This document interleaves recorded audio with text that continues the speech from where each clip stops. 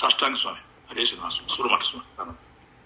ಸಚ್ಚಾಸ್ತ್ರೋದಿತ ವರ್ತ್ಮನಃ ಪರಮಿದಂ ಧ್ಯಾಯನ್ಮದಂಕಂಕಿತಾಃ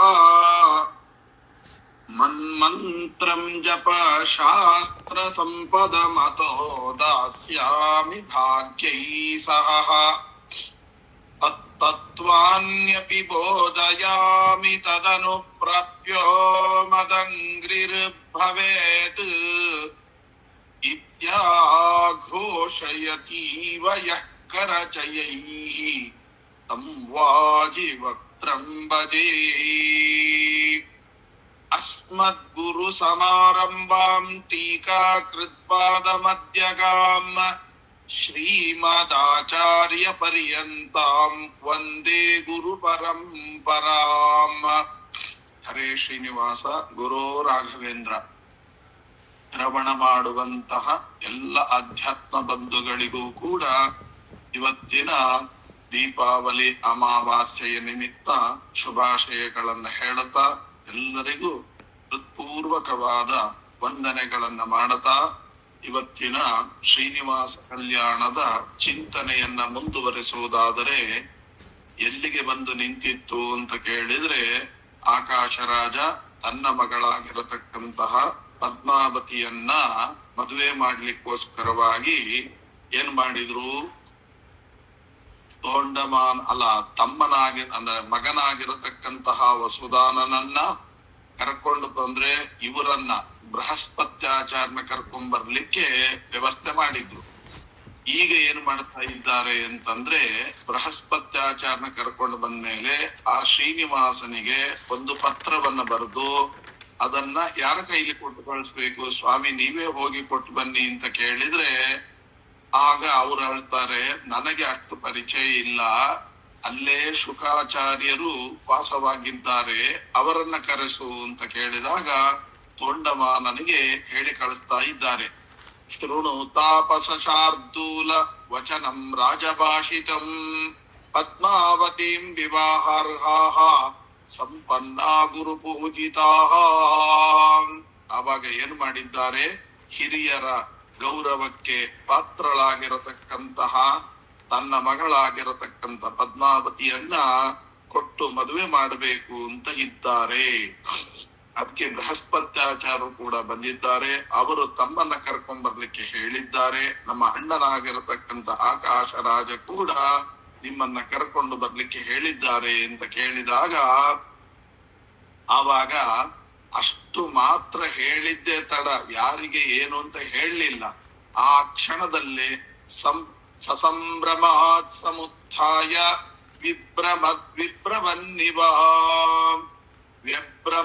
ವಿಭ್ರಮನ್ನಿವ ಇಂದನ್ ಕಮಂಡಲುಂ ರಾಜನ್ ಚಿಂದನ್ ಕೃಷ್ಣ ಮೃಗತ್ವಚಂ ವಿಚ್ಛಿದ್ಯ ಮಣಿಮಾಲಾಂಶ್ಚ ನನರ್ಥ ಮಹಾಮುನಿ. ಅವ್ರು ಏನ್ ಮಾಡಿದ್ದಾರಂತೆ, ಸಂತೋಷದಿಂದ ಮೈ ಮೇಲೆ ಎಚ್ಚರ ಇಲ್ಲದಿರುವಂತೆ, ಸಮುತ್ಥಾಯ ಎಚ್ಚರವಿಲ್ಲದಂತೆ ಏನು ಮಾಡಿಬಿಟ್ಟಿದ್ದಾರೆ, ಕಮಂಡಲು ಭಿಂದನ್ ಕೈಯಲ್ಲಿರತಕ್ಕಂತ ಕಮಂಡಲುವನ್ನ ಒಡೆದು ಹಾಕ್ಬಿಟ್ಟಿದ್ದಾರಂತೆ.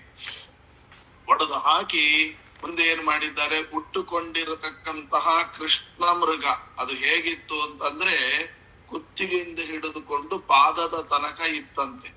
ನಮ್ಮ ಮಹಾರುದ್ರ ದೇವರು ಅರ್ಥಾತ್ ಶುಕಾಚಾರ್ಯರು ಜಿಂಕೆಯ ಚರ್ಮವನ್ನ ಕುತ್ತಿಗೆಯಿಂದ ಪಾದದ ತನಕ ಇತ್ತು ಅಂತ ವರ್ಣನೆ ಮಾಡಿದ್ದಾರೆ. ಆ ರೀತಿಯಾಗಿರತಕ್ಕಂತಹ ಇದನ್ನ ಏನು ಮಾಡಿಬಿಟ್ಟಿದ್ದಾರೆ, ಭಿಂದನ್ ಕೃಷ್ಣ ಮೃಗತ್ವಚಂ, ಆ ಕೃಷ್ಣಾಜನ ಚರ್ಮವನ್ನ ಹರಿದು ಹಾಕ್ಬಿಟ್ಟಿದ್ದಾರಂತೆ. ವಿಚ್ಛಿದ್ಯ ಮಣಿಮಾಲಾಂಶ್ಚ, ಮಣಿಮಾಲೆಗಳಿದೆಯಲ್ಲ ಆ ಮಣಿಮಾಲೆಗಳನ್ನೆಲ್ಲವನ್ನು ಕೂಡ ಮಣಿಸರಗಳನ್ನ ಕಡಿದು ತುಂಡು ತುಂಡು ಮಾಡಿಬಿಟ್ರಂತೆ. ಮಾಡಿಬಿಟ್ಟು ಸ ನನರ್ಥ ಮಹಾಮುನಿ ಹುಚ್ಚನಂತೆ ಸಂತೋಷದಿಂದ ಕುಣಿದಿದ್ದಾರೆ ಅಂತಂದ್ರು. ಏನಿದ್ರ ಅರ್ಥ, ಏನು ಈ ರೀತಿಯಾಗಿ ಮಾಡಬಹುದಾ ಅಂತ ನೋಡಿದಾಗ ವ್ಯಾಖ್ಯಾನಕಾರರು ಅದರ ಅರ್ಥವನ್ನ ಬರೀತಾರೆ. ಏನದು ಅಂತಂದ್ರೆ, ಕಮಂಡಲುಂ ವಿದ್ಯಾತ್ ಬಿಂದನ್ನ, ಆ ಕಮಂಡಲವನ್ನು ಒಡೆದು ಹಾಕಿದ್ರು ಅಂತಂದ್ರು. ಕಮಂಡಲು ಅಂದ್ರೆ ಏನು?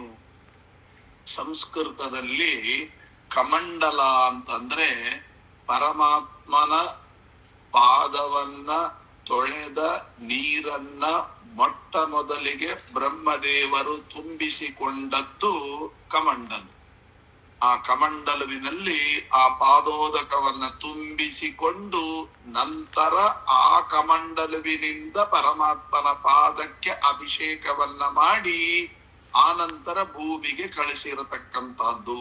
ಹಾಗಾದ್ರೆ ಪ್ರತಿಯೊಬ್ಬ ಮಹಾಮುನಿಗಳು ಕಮಂಡಲುವಿನಲ್ಲಿ ಯಾವುದರ ಚಿಂತನೆ ಮಾಡ್ತಾರೆ ಅಂತಂದ್ರೆ ಸಾಕ್ಷಾತ್ ಪರಮಾತ್ಮನ ಪಾದವನ್ನ ತೊಳೆಯಬೇಕಾದ, ಅಂದ್ರೆ ದೇವಲೋಕದ ನದಿಯಾಗಿರತಕ್ಕಂತ ಗಂಗೆಗೆ ಆ ಕಮಂಡಲುವಿನಲ್ಲಿ ತುಂಬಿರ್ತಾಳೆ ಅಂತ ಅನುಸಂಧಾನವನ್ನ ಮಾಡಿಕೊಳ್ತಾರೆ.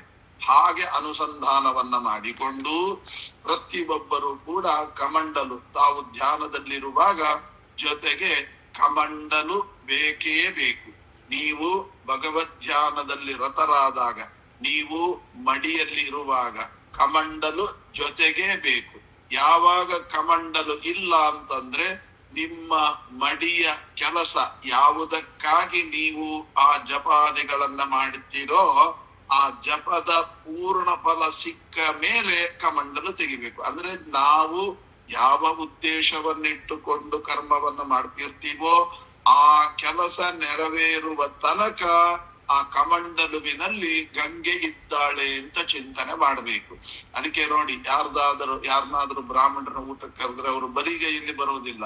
ಒಂದು ಕಮಂಡಲುವಿನ ಪ್ರತಿನಿಧಿಯಾಗಿ ಈಗ ಒಂದು ಲೋಟ, ಆ ಲೋಟನೋ ಉದ್ಧರಣೆನೋ, ಕವಳಿಗೆ ಸೌಟು ಅಂದ್ರೆ ಅರ್ಘ್ಯ ಪಾತ್ರೆ ಉದ್ಧರಣೆ, ಅದನ್ನು ಹಿಡ್ಕೊಂಡು ಅದರೊಳಗೆ ನೀರ್ ಹಿಡ್ಕೊಂಡೇ ಬರಬೇಕು. ಈಗ ಒಂದು ಯಾವ್ದಾದ್ರು ನದಿಯಲ್ಲಿ ಸ್ನಾನ ಮಾಡ್ತೀರಿ, ಸರೋವರದಲ್ಲಿ ಸ್ನಾನ ಮಾಡ್ತೀರಿ, ಬಾವಿಯಲ್ಲಿ ಸ್ನಾನ ಮಾಡ್ತೀರಿ, ಸ್ನಾನ ಮಾಡ್ಕೊಂಡು ಹಾಗೆ ಬಂದ್ರೆ ಮಡಿ ಆಗೋದಿಲ್ಲ. ಜೊತೆಗೆ ಗಂಗೆಯನ್ನ ತುಂಬಿಸಿಕೊಂಡು ಬರಬೇಕು ಅಂತ. ಅಂದ್ರೆ ಸಾಕ್ಷಾತ್ ಪರಮಾತ್ಮನ ಪಾದವನ್ನು ತೊಳೆಯಲಿಕ್ಕಾಗಿ ಬಂದಿರುವ ಗಂಗೆಯನ್ನ ಈ ನಾನು ಯಾವುದರಲ್ಲಿ ಅರ್ಘ್ಯ ಪಾತ್ರೆ ಒಳಗೆ ತುಂಬಿಕೊಂಡಿದ್ದೇನೆ, ಕವಳಿಗೆ ಒಳಗೆ ತುಂಬಿಕೊಂಡಿದ್ದೇನೆ ಅಂತ ಅನುಸಂಧಾನ ಮಾಡಿಕೊಂಡು ಅದರ ಜೊತೆಗೆ ನಾನು ಬರ್ತಾ ಇದ್ದೇನೆ ಅಂದ್ರೆ ಮಾತ್ರ ಮಾಡಿ. ಆ ಅನುಸಂಧಾನ ಎಲ್ಲಿ ತನಕ ಇರ್ತದೆ ಅಲ್ಲಿ ತನಕ ನೀವು ಮಾಡಿ. ಹಾಗಾದ್ರೆ ಅದು ಯಾವಾಗ ಅಂದ್ರೆ ನಿಮ್ಮ ಕೆಲಸ ಪೂರ್ತಿ ಆಯ್ತು ಅಂದ್ರೆ ಆವಾಗ ಕವಳಿಗೆ ನೀರನ್ನ ಖಾಲಿ ಮಾಡುವಂತಹದ್ದು ಅಂತ. ಹೀಗೆ ಶಾಸ್ತ್ರ ಯಾವುದಕ್ಕಾಗಿ, ಯಾವ ಭಗವಂತನ ದರ್ಶನಕ್ಕಾಗಿ ನಾನು ಈ ಕಮಂಡಲುವಿನಲ್ಲಿ ಗಂಗೆಗಿದ್ದಾಳೆ ಅಂತ ಅನುಸಂಧಾನ ಮಾಡಿಕೊಂಡು ನಾನು ಮಾಡ್ತಾ ಇದ್ನೋ ಆ ಫಲವೇ ಸಿಕ್ಕ ಮೇಲೆ ಇನ್ನು ಕಮಂಡಲುವಿನ ಕೆಲಸ ಮುಗಿಯಿತು ಅಂತ ಜಗತ್ತಿಗೆ ತೋರಿಸುವುದಕ್ಕೋಸ್ಕರವಾಗಿ ಕಮಂಡಲುಂ ಭಿಂದನ್ ಅಂದ್ರು. ಇನ್ನ ಕೃಷ್ಣ ಮೃಗ ತ್ವಚವನ್ನ ಭಿಂದನ್ ಅಂತ ಅಂದ್ರೆ ಏನು ಅಂದ್ರೆ ಶಾಸ್ತ್ರದಲ್ಲಿ ಪದ್ಯಮಾಲಾ ಗ್ರಂಥದಲ್ಲಿ ಟೀಕಾಕೃತ್ಪಾದರು ಹೇಳುವಾಗ ಜಪಕ್ಕೆ ಕೂಡುವಾಗ ಕೃಷ್ಣಾಜಿನ ಚರ್ಮ ಪರಮಶ್ರೇಷ್ಠ ಅಂತ ಕರೆದಿದ್ದಾರೆ.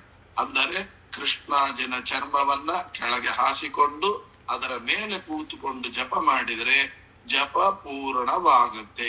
ಯಾವ ಉದ್ದೇಶವನ್ನ ಇಟ್ಟುಕೊಂಡು ನೀವು ಜಪ ಮಾಡ್ತಿರ್ತೀರೋ ಅದರ ಸಿದ್ಧಿಯಾಗುತ್ತೆ ಅಂತ ಅರ್ಥ ಶಾಸ್ತ್ರ. ಇನ್ ಯಾವುದನ್ನೇ ಹಾಕೊಳ್ಳಿ, ಅದರ ಮೇಲೆ ಕೃಷ್ಣಾಜಿನ ಚರ್ಮ ಇದ್ರೆ ಪರಮಶ್ರೇಷ್ಠ. ಅದು ಇಲ್ದಿದ್ರೆ ದರ್ಭಾಸನ ಇತ್ಯಾದಿಗಳನ್ನ ಹೇಳಿದ್ದಾರೆ. ಅಂದ್ರೆ ಆ ಕೃಷ್ಣಾಜಿನಕ್ಕೆ ಅಷ್ಟು ಮಹತ್ವವನ್ನ ಹೇಳಿದ್ದಾರೆ. ಯಾವುದಕ್ಕಾಗಿ? ನಿಮ್ಮ ಉದ್ದೇಶ ಈಡೇರುವುದಕ್ಕಾಗಿ, ನಿಮ್ಮ ಗುರಿ ಮುಟ್ಟುವುದಕ್ಕಾಗಿ, ನೀವು ಸಂಕಲ್ಪವನ್ನ ಏನು ಮಾಡಿಕೊಂಡಿದ್ದೀರಿ ಅದರ ಪರಿಪೂರ್ಣತೆಗಾಗಿ. ಅದೇ ಆಯಿತು ಅಂದ್ರೆ ಯಾವುದಕ್ಕಾಗಿ ಪ್ರತಿಯೊಬ್ಬರು ಮಾಡೋದು? ಆ ಭಗವಂತನ ಪ್ರಾಪ್ತಿಗಾಗಿ. ಸಾಕ್ಷಾತ್ ತೊಂಡಮಾನ ಬಂದು ಆ ಭಗವಂತನೇ ಸಾಕ್ಷಾತ್ತಾಗಿ ವಿವಾಹವನ್ನ ಮಾಡಿಕೊಳ್ತಾ ಇದ್ದಾನೆ, ಅದಕ್ಕಾಗಿ ನಿಮ್ಮನ್ನ ಆಮಂತ್ರಿಸಿದ್ದಾನೆ ಅಂತಂದ ಮೇಲೆ ಇನ್ನ ಕೃಷ್ಣಾಜಿನ ಚರ್ಮಕ್ಕೆ ಏನು ಅರ್ಥ ಉಳಿಯಿತು? ಯಾವ ಉದ್ದೇಶಕ್ಕಾಗಿ ನಾನು ಇಷ್ಟು ದಿವಸ ಜಪಾದಿಗಳನ್ನ ಮಾಡ್ತಾ ಇದ್ದೆ ಆ ಉದ್ದೇಶ ಈಡೇರಿಬಿಟ್ಟಿದೆ.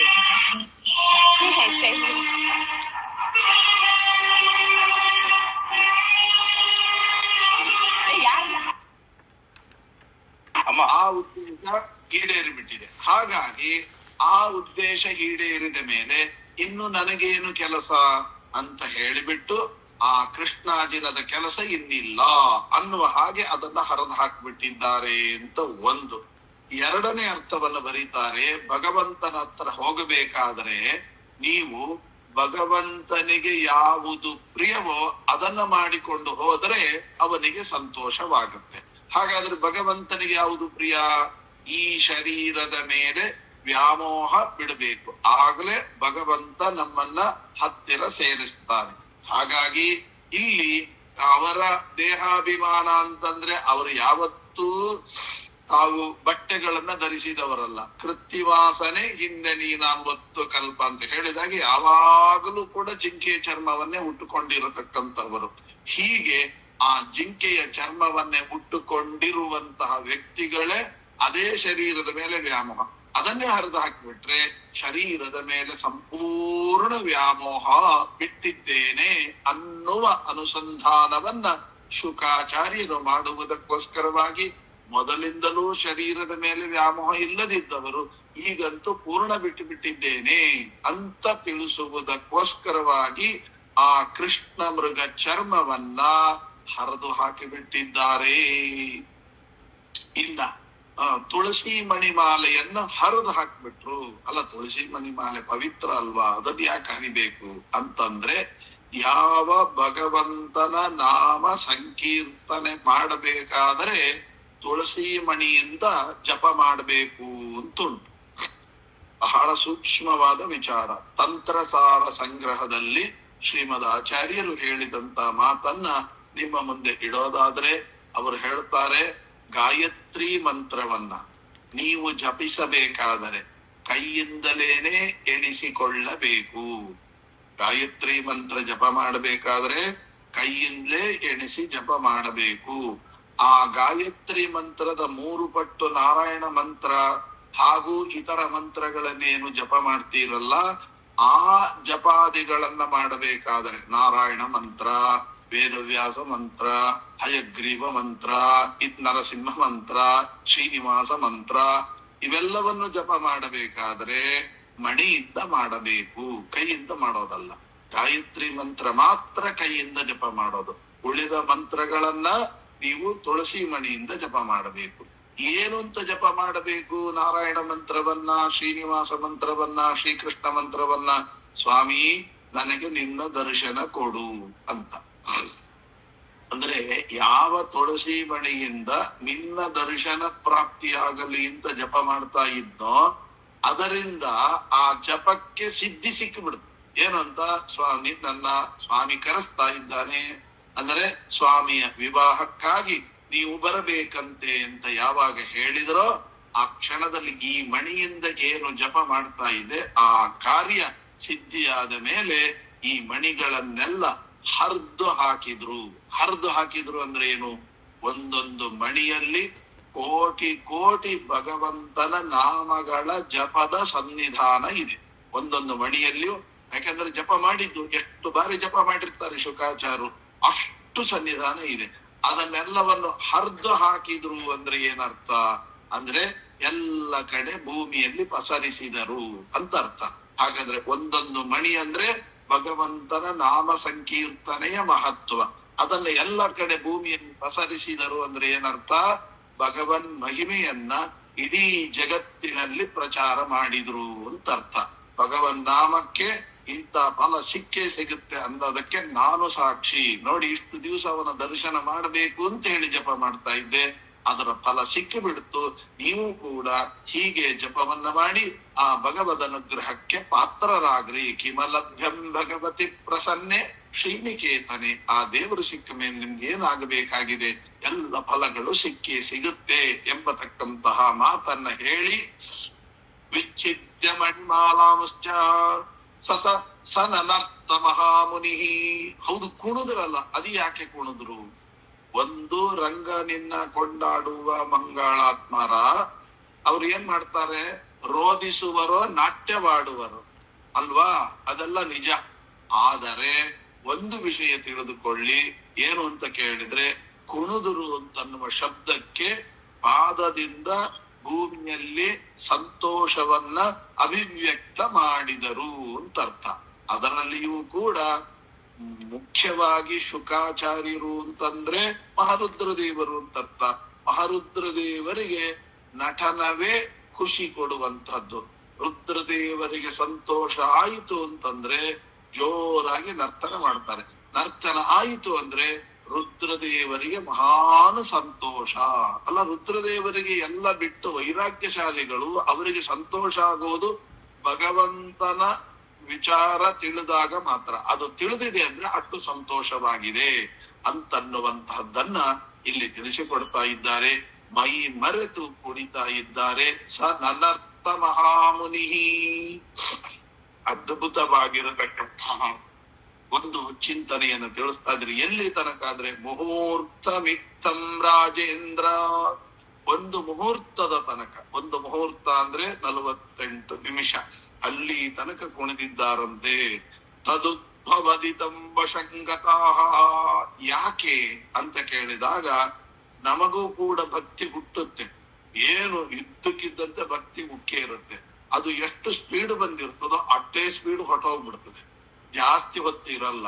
48 ನಿಮಿಷ ಭಕ್ತಿ ನಿಮ್ಮ ವಶದಲ್ಲಿ ಇದೆ ಅಂತಂದ್ರೆ ಅದು ಪೂರ್ಣ ಪ್ರಮಾಣದಲ್ಲಿ ಬಂದಿದೆ ಅಂತ ಅರ್ಥ. 48 ನಿಮಿಷ ಅಲ್ಲ, 48 ಸೆಕೆಂಡ್ ಇಟ್ಕೊಳ್ಲಿಕ್ಕಾಗಲ್ಲ. ಭಕ್ತಿ ಬಂದ್ಬಿಟ್ಟಿರ್ತದೆ. ಎಲ್ಲ ನೀವು ಕೇಳುವಾಗ ನೋಡ್ಬೇಕು ಎಷ್ಟು ಖುಷಿ ಆಗ್ತದೆ ಅಂದ್ರೆ ನಾಳೆಯಿಂದ ಹೀಗೆ ಇರಬೇಕು ಅಂತ. ಇದನ್ನೇ ಪುರಾಣ ವೈರಾಗ್ಯ. ಪುರಾಣ ಕೇಳುವಾಗ ಅಲ್ಲ, ಪುರಾಣ ಕೇಳಿದ ನಂತರ 48 ನಿಮಿಷ ಮಿನಿಮಮ್ ಇದ್ರೆ ಅದು ನಿಜವಾದ ಭಕ್ತಿ ಅಂತ ಅರ್ಥ.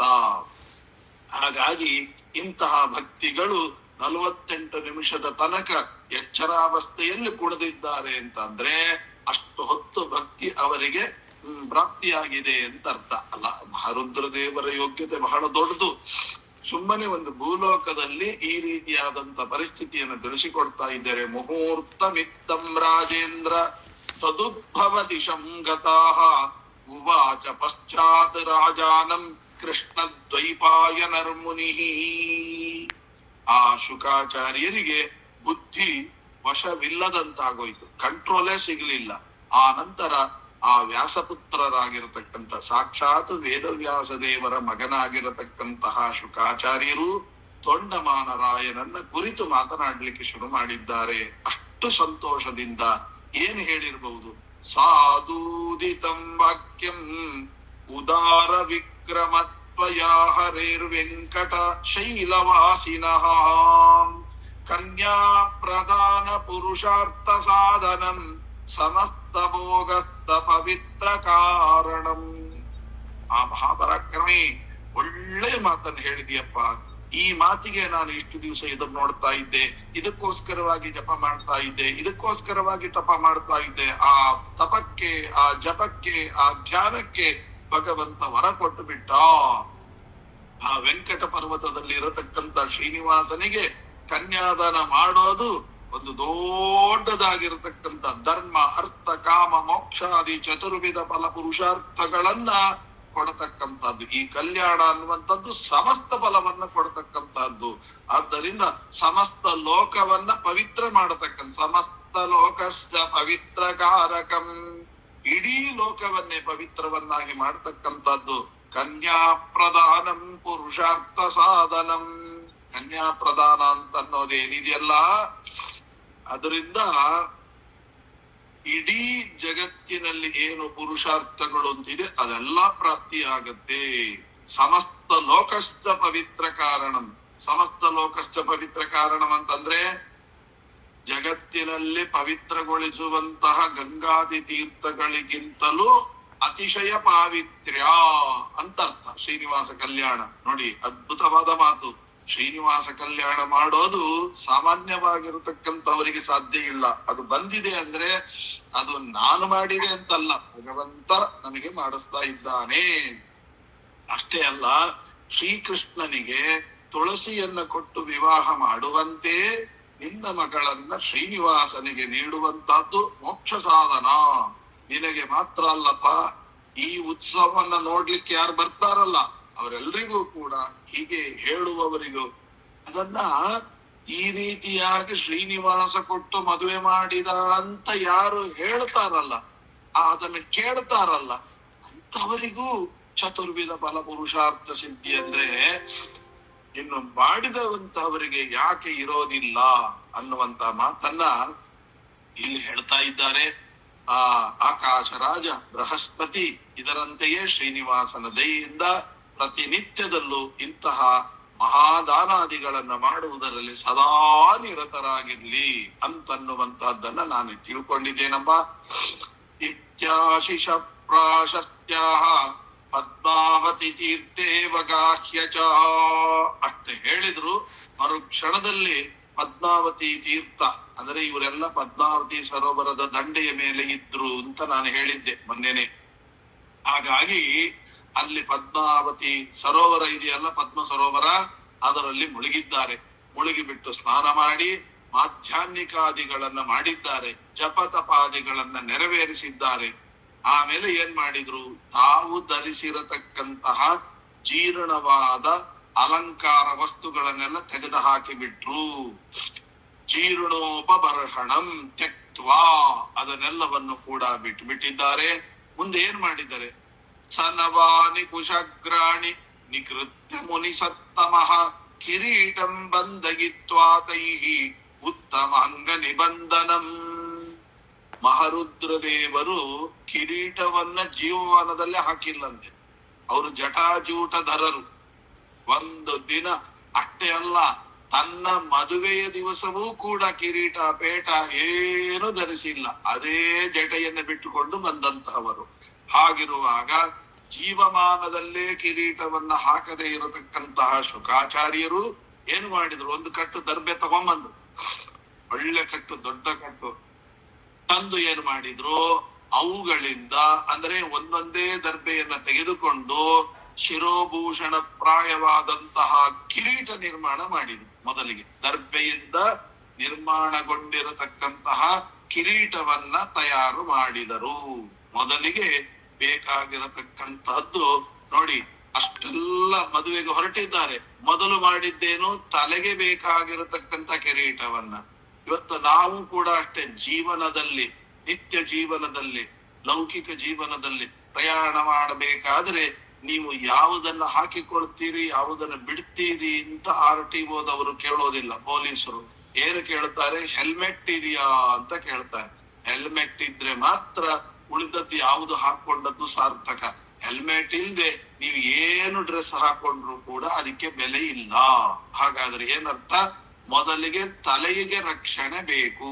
ಅದನ್ನ ಏನ್ ಮಾಡಿದ್ರು, ಶ್ರೀನಿವಾಸ ಕಲ್ಯಾಣವನ್ನ ನೋಡ್ಲಿಕ್ಕೆ ಹೋಗ್ಬೇಕಾದ್ರೆ ಮೊದಲು ತಲೆ ಪರಿಶುದ್ಧವಾಗಿರಬೇಕು.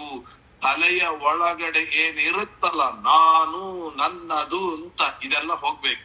ಇದೆಲ್ಲ ಹೋದರೆ ಅದು ಯಾವುದರಿಂದ ಆಗುತ್ತೆ, ಅದಕ್ಕೆ ನೋಡಿ, ಯಾವುದರಿಂದ ಕಿರೀಟ, ಬೇಕಾದಷ್ಟು ಕಿರೀಟ ಇತ್ತಲ್ಲ, ಅದನ್ನೆಲ್ಲ ಬಿಟ್ಟು ಏನ್ ಮಾಡಿದ್ರಿ ಇವರು ಅಂತಂದ್ರೆ ದರ್ಬೆಯಿಂದ ಮಾಡಿದ ಕಿರೀಟ.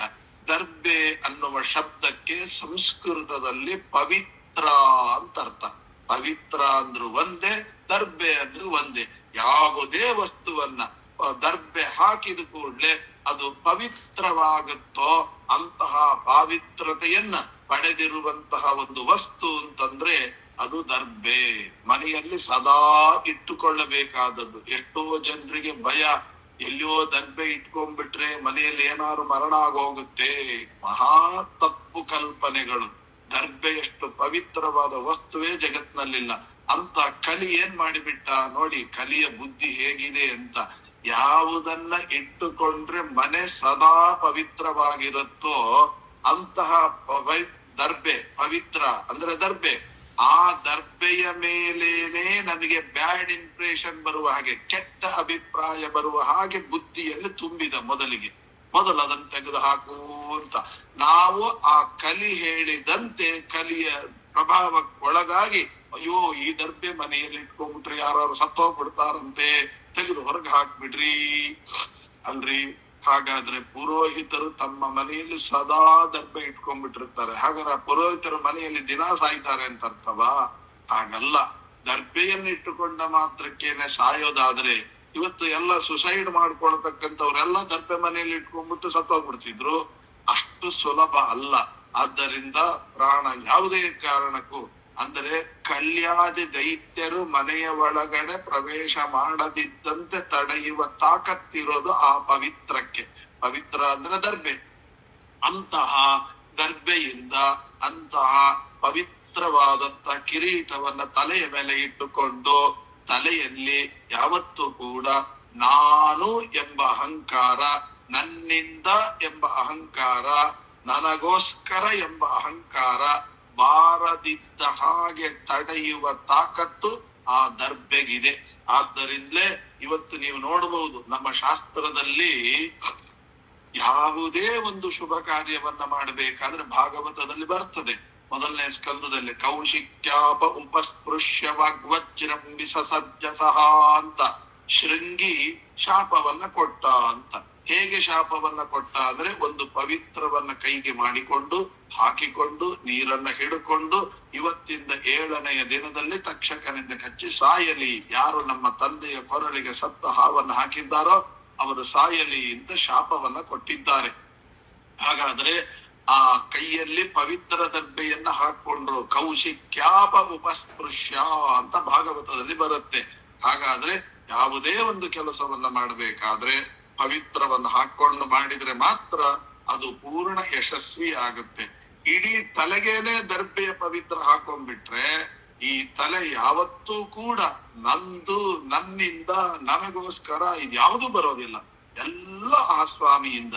ಇವತ್ತು ಸ್ವಾಮಿಯನ್ನು ನೋಡ್ಲಿಕ್ಕೆ ಹೊರಟಿದ್ದೇನೆ, ಸ್ವಾಮಿಯೇ ನನಗೆ ರಕ್ಷಕ, ಸ್ವಾಮಿಯಿಂದಲೇ ನನ್ನ ಬದುಕು, ಸ್ವಾಮಿಗೋಸ್ಕರ ನನ್ನ ಈ ಜೀವನ, ಸ್ವಾಮಿಯ ದೆಸೆಯಿಂದ ನಾನಿವತ್ತು ಉಸಿರಾಡ್ತಾ ಇದ್ದೇನೆ, ಸ್ವಾಮಿಯ ಆಶೀರ್ವಾದ ನಮ್ಮ ಮೇಲೆ ಸದಾ ಇರ್ಲಿ, ಸ್ವಾಮಿಯಲ್ಲೇ ನನ್ನ ಮನಸ್ಸು ನೆಲೆಸಿರ್ಲಿ. ಹೀಗೆ 7 ವಿಧವಾಗಿರತಕ್ಕಂತಹ ಪಾವಿತ್ರತೆ ತಲೆಯಲ್ಲಿ ತುಂಬುವುದಕ್ಕೋಸ್ಕರವಾಗಿ ದರ್ಬೆಯಿಂದ ಮೊಟ್ಟ ಮೊದಲು ಮಾಡಿದ್ದು, ದರ್ಬೆಯ ಪವಿತ್ರದಿಂದ ಕಿರೀಟವನ್ನ ನಿರ್ಮಾಣ ಮಾಡಿದ್ರು. ಅದು ಹೊಸ ದರ್ಬೆ ಅಂತೆ, ಅಂದ್ರೆ ಇನ್ನು ಸ್ಟ್ರಾಂಗ್ ಆಗಿರುವಂತಹದ್ದು.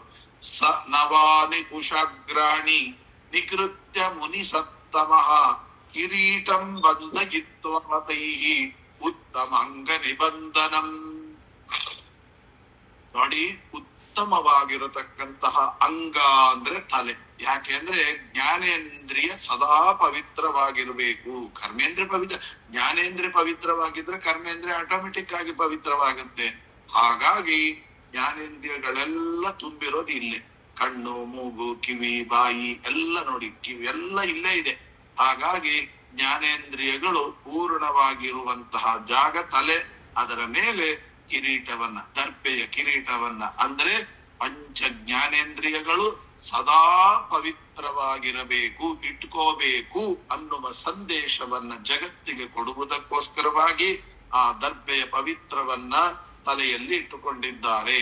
ಅಲ್ಲಿ ನವಾನಿ ಕುಶಾಗ್ರಾಣಿ ಅಂತ ಇದೆ. ನವಾನಿ ಕುಶಾಗ್ರಾಣಿ ಅಂದ್ರೆ ಆ ದರ್ಬೆಯಲ್ಲಿ ಪಾವಿತ್ರತೆ ಯಾವಾಗ ಜಾಸ್ತಿ ಆಗುತ್ತೆ ಅಂದ್ರೆ, ಅವನೇ ಹೋಗಿ ಆಷಾಢ ಶುದ್ಧ ಪೌರ್ಣಮೆಯ ದಿವಸ ತಾನೇ ಕಾಡಿಗೆ ಹೋಗಿ ಆ ಕುಶ ಸಂಗ್ರಹ ಅಂತ ಪಂಚಾಂಗದಲ್ಲಿ ಬರೆದಿರ್ತಾರೆ, ಕುಶ ಸಂಗ್ರಹಣಂ ಅಂತ. ಆವತ್ತಿನ ದಿನ ತಾನೇ ಹೋಗಿ ತಂದಿರತಕ್ಕಂಥ ದರ್ಬೆಗೆ 100 ಪಾವಿತ್ರತೆ, ಅಂದ್ರೆ ಪೂರ್ಣ ಪ್ರಮಾಣದ ಪಾವಿತ್ರತೆ. ಇನ್ನೊಬ್ರು ತಗೊಂಡ್ರೆ ಸ್ವಲ್ಪ ಕಮ್ಮಿ, ಈ ದುಡ್ಡು ಕೊಟ್ಟು ತಗೊಂಡ್ರೆ ಅದು ಕಮ್ಮಿ, ಎಲ್ಲ ತಾರತಮ್ಯ ಅಂತ ಅನ್ನೋದು ಇದ್ದೇ ಇದೆ. ಆದರೆ ನವಾನಿ ಕುಶ ಅಂದ್ರೆ ತಾನೇ ತಂದಿರತಕ್ಕಂತ ಪೂರ್ಣ ಪ್ರಮಾಣದ ಪವಿತ್ರವಾದ ದರ್ಬೆಯಿಂದ ಕಿರೀಟವನ್ನ ಮಾಡಿಕೊಂಡು ಹಾಕಿದ್ರು. ಅಟ್ಟೆ ಸಾಕ ಅಂದ್ರೆ ಮತ್ತೆ ನೋಡಿ, ಅದೇ ದರ್ಬೆಯಿಂದ ಕಿರೀಟವನ್ನು ಮಾಡಿ ಹಾಕೊಂಡ್ರು. ಆಮೇಲೆ ಕವಚಂ ಕಲ್ಪಯಾಮಾಸ ಕುಶಾಗ್ರೈಹಿ ಕುಸುಮೈ ಸಹ ತುಳಸೀ ಮಣಿಮಾಲಾದಿಹಿ ಕಂಠಕರ್ಣ ವಿಭೂಷಿತ. ನೋಡಿ ಎಷ್ಟು ಆಶ್ಚರ್ಯವಾದ ಮಾತಿದೆ. ದರ್ಬೆಗಳಿಂದ ಒಂದು ಕವಚವನ್ನ ನಿರ್ಮಾಣ ಮಾಡಿದ್ರಂತೆ, ಹೃದಯಕ್ಕೊಂದು ಕವಚ. ಕವಚಂ ಕಲ್ಪಯಾಮಾಸ. ಯಾಕೆ ಅಂದರೆ, ಯಾವ ಭಗವಂತನನ್ನ ಧ್ಯಾನದಿಂದ ಸದಾ ಹೃದಯದಲ್ಲಿಟ್ಟುಕೊಂಡಿದ್ನೋ ಅವನಿಗೊಂದು ದರ್ಭಾಸನ. ಅಂದರೆ ಹೃದಯದಲ್ಲಿ ಸ್ಥಾಪಿತನಾದ ಭಗವಂತನಿಗೆ ಒಂದು ದರ್ಭಾಸನವನ್ನ ಕೊಟ್ಟು ಅವನನ್ನ ಕೂಡಿಸಿ ಬಿಟ್ರೆ ಶಾಶ್ವತವಾಗಿ ಹೃದಯದಲ್ಲಿ ಕೂಡುತ್ತಾನೆ. ಆಗ ಮಾತ್ರ ಭಗವಂತನ ನೋಡಿದ್ದು ಸಾರ್ಥಕ ಅನ್ನುವಂತಹದ್ದನ್ನ ನೋಡಿ. ಎಷ್ಟು ಇದೆ, ಕಲ್ಯಾಣೋತ್ಸವ ಮಾಡ್ಬೇಕಾದ್ರೆ ಮೊದಲು ತಲೆ ಸ್ವಚ್ಛ ಆಗ್ಬೇಕು, ಆಮೇಲೆ ಹೃದಯ ಸ್ವಚ್ಛ ಆಗ್ಬೇಕು. ಎರಡು ಸ್ವಚ್ಛತೆ ಇದ್ರೆ ಮಾತ್ರ ಆ ಕಲ್ಯಾಣೋತ್ಸವ ಮಾಡ್ಲಿಕ್ಕೆ ಅಧಿಕಾರ. ನಾವಿವತ್ತು ಕಲ್ಯಾಣೋತ್ಸವ ಅಂತ ಹೋಗ್ತೀವಿ, ಒಂದೇ ಒಂದು ನಮ್ಮ ತಲೆಯಲ್ಲಿ ದರ್ಶನ ಸಿಗುತ್ತೆ ಅಷ್ಟೇ ಅಲ್ಲ, ಅದು ಒಳ್ಳೇದೇ ಬಿಡಿ, ದರ್ಶನ ಸಿಗುತ್ತೆ ಅಂದ್ರೆ ಒಂದು ಕಲ್ಯಾಣೋತ್ಸವದಲ್ಲಿ ಎಷ್ಟೆಲ್ಲ ಅನುಸಂಧಾನಗಳನ್ನ ಮಾಡಬೇಕು. ತಲೆ ಸ್ವಚ್ಛವಾಗಿರ್ಬೇಕು, ಹೃದಯ ಸ್ವಚ್ಛವಾಗಿ, ಒಂದು ಚೂರು ಕಲ್ಮಶ ಇರಬಾರದು. ಕವಚಂಕಲ್ಪಯಾಮಾಸ ಕುಶಾಗ್ರೈಹಿ ಕುಸುಮೈ ಸಹ. ಆಮೇಲೆ ಏನ್ ಮಾಡಿದ್ರಂತೆ, ತುಳಸಿ ಮಣಿಮಾಲಾಭಿಹಿ ಕಂಠಕರ್ಣ ವಿಭೂಷಿತ. ಮೊದಲು ಕುತ್ತಿಗೆಗೆ ತುಳಸಿಯ ಮಣಿಮಾಲೆಯನ್ನು ಅಂದ್ರೆ ದರ್ಬೆಯ ಕವಚವನ್ನ ಹಾಕಿದ್ರಂತೆ. ಆ ಕವಚದ ಮೇಲೆ ಕುಸುಮೈ ಸಹ ಒಂದೊಂದು ಹೂಗಳನ್ನ ಸಂಧಿ ಒಳಗೆ ತೂರಿಸಿದ್ರಂತೆ ಆ ಕವಚದ ಒಳಗಡೆ. ಅದು ಯಾಕೆ ಅಂದ್ರೆ ಕವಚ ಅಂತಂದ್ರೆ ಭಗವಂತನಿಗೆ ಆಸನ, ಅದರ ಮೇಲೆ ಹೂ ಯಾಕೆ ಅಂದ್ರೆ ವಿಶ್ವಾಯ ನಮಃ ಅಲಂಕಾರ ಪ್ರಿಯೋ ವಿಷ್ಣು ಅಂತ. ಭಗವಂತನಿಗೆ ಅಲಂಕಾರ ಪ್ರಿಯ. ದೇವರನ್ನು ಕೂಡಿಸ್ಬಿಟ್ಟು ಹಾಗೆ ಬಿಡ್ಲಿಕ್ಕಾಗತ್ತಾ? ಒಂದೊಂದು ಹೂವಿನಲ್ಲಿ ವಿಶ್ವಾಯ ನಮಃ, ವಷಟ್ಕಾರಾಯ ನಮಃ, ಭೂತ ಭವ್ಯ ಭವತ್ ಪ್ರಭವೇ ನಮಃ ಅಂತ ಹೇಳಿ ಹೃದಯದಲ್ಲಿ ವಾಸ ಮಾಡಿರತಕ್ಕಂತ ಭಗವಂತನಿಗೆ ವಿಷ್ಣು ಸಹಸ್ರನಾಮಾರ್ಚನೆಯನ್ನ ಮಾಡ್ತಾ ಹೃದಯದಲ್ಲಿ ಆ ಕವಚದ ಸಂಧಿಯಲ್ಲಿ ಹೂವನ್ನ ಅಲಂಕರಿಸ್ತಾ ಬಂದ್ರು. ಅದೆಲ್ಲವೂ ಕೂಡ ಭಗವಂತನಿಗಾಗಿ ಮಾಡಿರ್ತಕ್ಕಂಥದ್ದು ಎಂಬುವಂತಹದ್ದನ್ನ ತಿಳ್ಕೊಳ್ಬೇಕು.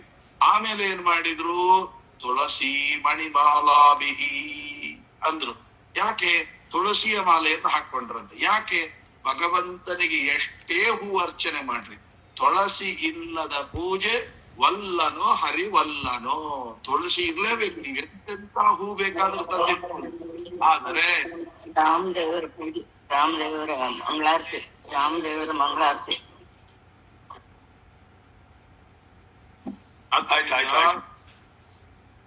ಈ ರೀತಿಯಾಗಿ ನಾವು ಆ ತುಳಸಿ ಇಲ್ಲದ ಪೂಜೆ ವಲ್ಲನೋ ಹರಿವಲ್ಲನೋ.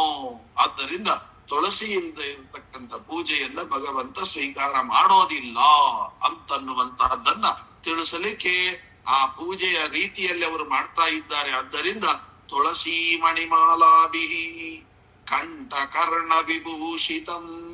ಕಿವಿಗೂ ಕೂಡ ಆ ತುಳಸಿಯ ಮಣಿಯಿಂದಲೇ ನಿರ್ಮಾಣ ಮಾಡಿರ್ತಕ್ಕಂಥ ಓಲೆ, ಅಂದ್ರೆ ತುಳಸಿ ಕಾಷ್ಟದಿಂದ ನಿರ್ಮಿತವಾದ ಒಂದು ಓಲೆಯನ್ನು ಕಿವಿಗೆ ಹಾಕೊಂಡ್ರಂತೆ. ಅಂದ್ರೆ ಏನರ್ಥ ಅಂದರೆ ಯಾವತ್ತಿಗೂ ಕೂಡ ಈ ಕರ್ಣಗಳು ಭಗವಂತನ ನಿರ್ಮಾಲ್ಯ ತುಳಸಿಯಿಂದ ಅಲಂಕೃತವಾಗಿರಬೇಕು. ಏನು ಇವೆಲ್ಲ ಹಿರಿಯರು ಹೇಳಿದ ಮಾತುಗಳಿಗೆ ಎಷ್ಟು ಅರ್ಥ ಇದೆ ಅಂದ್ರೆ, ದಿನಾಲು ತೀರ್ಥ ತಗೊಂಡ ಮೇಲೆ 2 ತುಳಸಿ ದಳವನ್ನು ತೆಗೆದುಕೊಳ್ಳಿ, ಆ ಕಣ್ಣಿಗೆ ಒತ್ತಿಕೊಂಡು ಆ ನಿರ್ಮಾಲ್ಯ ತುಳಸಿಯನ್ನ ಕಿವಿಯಲ್ಲಿ ಈ ರಂಧ್ರ ಇದೆ ನೋಡಿ, ಆ ರಂಧ್ರದ ಒಳಗಡೆ ಸಂಧಿ ಒಳಗೆ ತೂರಿಸಿ ಇಟ್ರೆ ಏನು ಲಾಭ ಅಂದ್ರೆ, ಆ ಕಿವಿಯ ಅಭಿಮಾನಿ ದೇವತೆಗಳು ದಿಗ್ದೇವತೆಗಳು ಇದ್ದಾರಲ್ಲ, ಯಾವತ್ತೂ ಕೂಡ ಕೆಟ್ಟ ಮಾತುಗಳು ಕಿವಿಯಿಂದ ಕೇಳದಂತೆ ಮಾಡ್ತಾರೆ. ಯಾವ ಭಗವಂತನಿಗೆ ವಿರುದ್ಧವಾದ ಯಾವ ಮಾತುಗಳು ಕಿವಿಯಿಂದ ಕೇಳದಿದ್ದಂತೆ ಮಾಡುವ ತಾಕತ್ತು ಅವರಿಗಿದೆ. ಹಾಗಾಗಿ ಅಂತಹ ಪಾವಿತ್ರತೆಯನ್ನು ತಂದುಕೊಡತ್ತೆ ಅನ್ನುವಂಥದ್ದು. ಕವಚಂಕಲ್ಪಯಾಮಾಸ ಕುಶಾಗ್ರೈಹಿ ಕುಸುಮೈ ಸಹ ತುಳಸಿ ಮಣಿಮಾಲಾಭಿಹಿ ಕಂಠ ಕರ್ಣ ವಿಭೂಷಿತ. ಆಮೇಲೆ ಮೃತ್ವಗ್ವಿಪದಾಲಂಬೈಹಿ ಕಂಚುಕೈ ಸಮಲಂಕೃತ. ಕೃಷ್ಣ ಮೃಗ ಚರ್ಮವನ್ನು ಮತ್ತೆ ಅಲ್ಲ ಹರದದ್ಯಾಕೆ, ಉಟ್ಕೊಂಡಿದ್ಯಾಕೆ ಅಂತಂದ್ರೆ ಭಗವಂತನಿಗಾಗಿ ಅರ್ಪಣೆ ಮಾಡಿದೆ ಅಂತ. ಈಗ ಮತ್ತೆ ಹೋಗ್ಬೇಕಾದ್ರೆ ಬೇಕಲ್ಲ, ಅದೇ ಕೃಷ್ಣಾಜನ ಚರ್ಮವನ್ನ ಮತ್ತೆ ಇಟ್ಕೊಂಡಿದ್ರು ಅಂತ ಕಾಣುತ್ತೆ. ಅದನ್ನ ಏನ್ ಮಾಡಿದ್ರು, ಆ ಪಾದ ಮುಟ್ಟುವಂತಹದ್ದು, ಅದು ಪಾದಲಂಬೈಹಿ, ಪಾದಕ್ಕೆ ಮುಟ್ಟುವಂತಹ ಮತ್ತೆ ಕೃಷ್ಣಾಜನ ಚರ್ಮವನ್ನ ಮುಟ್ಟುಕೊಂಡು, ಮೃತ್ವಗ್ವಿಹಿ ಪಾದಾಲಂಬೈಹಿ, ಪಾದಕ್ಕೆ ಮುಟ್ಟುವಂತೆ. ಆದ್ದರಿಂದ ಇದನ್ನಿಟ್ಟುಕೊಂಡೆ ಇವತ್ತೆಲ್ಲ ಪಾದದ ತನಕ ನಿಲುವಂಗಿಯನ್ನು ಹಾಕಿಕೊಳ್ಳುವಂತಹದ್ದೆಲ್ಲ ಬಂತು ಏನೋ ಗೊತ್ತಿಲ್ಲ. ರುದ್ರದೇವರು ಹಾಕಿಕೊಂಡದ್ದು ಯಾಕೆ ಅಂತ ಕೇಳಿದ್ರೆ, ಯಾವ ಅವಯವು ಇನ್ನೊಬ್ಬರಿಗೆ ನಾವು ತೋರಿಸಬಾರದೆನ್ನುವಂತಹ ದೃಷ್ಟಾಂತದಿಂದ ಹೇಳಿರ್ತಕ್ಕಂತಹದ್ದು. ಕಂಚುಕೈ ಸಮಲಂಕೃತ, ಅದನ್ನ ತೊಟ್ಟುಕೊಂಡ್ರು. ಆಮೇಲೆ ಏನ್ ಮಾಡಿದ್ರು? ಜ್ಞಾನ ಅಶ್ವಮಧಿರೂಢಸ್ತು, ಕುದುರೆ ಮೇಲೆ. ಅದು ಯಾವ ಕುದುರೆ? ಬಿಳಿ ಕುದುರೆ. ಅದು ಯಾವುದರ ಕುದುರೆ ಅಂತ ಕೇಳಿದಾಗ ಅದಕ್ಕೆ ಹೇಳ್ತಾರೆ ವಾಯುದೇವರೆಂಬ ಜ್ಞಾನದ, ವಾಯುದೇವರ ಶಾಸ್ತ್ರ, ವಾಯುದೇವರ ಶಾಸ್ತ್ರವೆಂಬತಕ್ಕಂತಹ ಕುದುರೆಯ ಮೇಲೆ ಕೂತುಕೊಂಡು ನೃಪಾಲಯಂ ಪ್ರತಿ ಸಜಗಾಮ, ಆ ಆಕಾಶರಾಜನ ಪಟ್ಟಣಕ್ಕೆ ಮಂತ್ರಾಲಯದಲ್ಲಿ ಸ್ವಾಮಿಗಳ ಪೂಜೆ